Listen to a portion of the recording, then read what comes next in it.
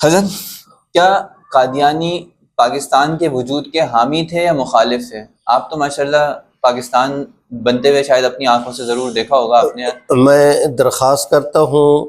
کہ جس وقت ریڈ کلف کے دور میں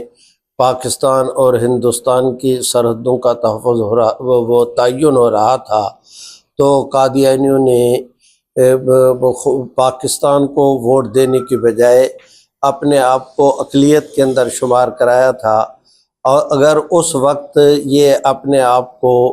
یہ پاکستان کے حامیوں کی صف کے اندر کھڑا کرتے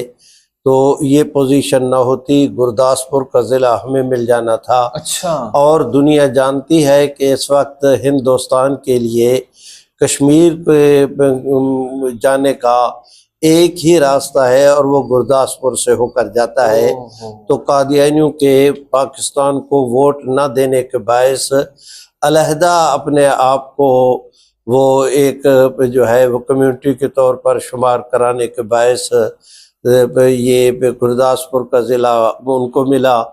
اور کشمیر کا واحد راستہ انڈیا کے لیے مہیا کیا گیا۔ یعنی اس دن سے لے کر آج تک یہ جو کشمیر کا ایشو دونوں ملکوں کے لیے مسئلہ بنا ہوا ہے، تو اس میں یہ قادیانی حضرات کا برابر کردار اور مسلمانوں کے مفاد کے خلاف ان کے اقدام کا یہ ایک حصہ ہے۔ یعنی اگر قادیانی اس وقت میں پاکستان کا ساتھ دے دیتے تو آج شاید کشمیر تک رسائی کا کوئی ذریعہ نہیں تھا انڈیا کے لیے، یہ مسئلہ ہی پیدا نہ ہوتا،